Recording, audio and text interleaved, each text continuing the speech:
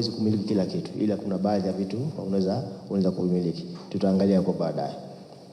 Sasa kwa hiyo kwa haraka ni kwamba mali ni kitu chochote ambacho mtu anaweza kukimiliki na anaweza kufanya miamala kutoka na hiyo mali ambayo anaimiliki.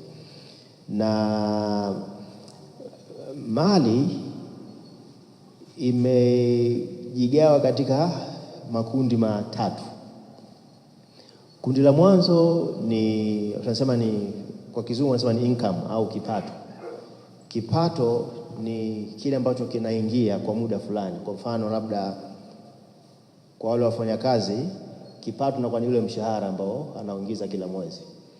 Na kwa wale wafanya biashara, kipato chake ni ile mapato ambao anayapata kutokana na ile biashara. Na uwekezaji hivyo hicho ni kipato.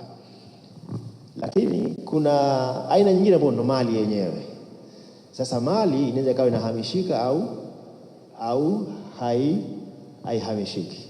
Na msingi wa mali unaweza ukawa umetoka na kile kipato cha kila siku ambacho au cha kila mwezi ambacho mtu anakipata baadaye katika kutengeneza mali. Mali kwa inaweza kuwa ni nyumba au gari au vitu vingine. Sasa na chingine ni utajiri. Sasa utajiri inakuwa ni mkusanyiko wa mali na kipato cha mtu ambacho yuko na vitu vyote ukiondosha na madeni. Kwa utapata inakuwa ni utajiri. Kwa hiyo sasa Uislamu unatizama vipi nyanja zote hizi za mali kama nilivyozitaja?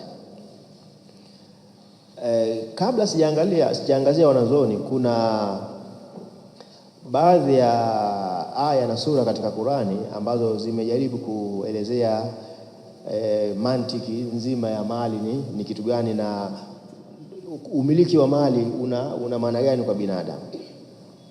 Kwa mfano ukiangalia katika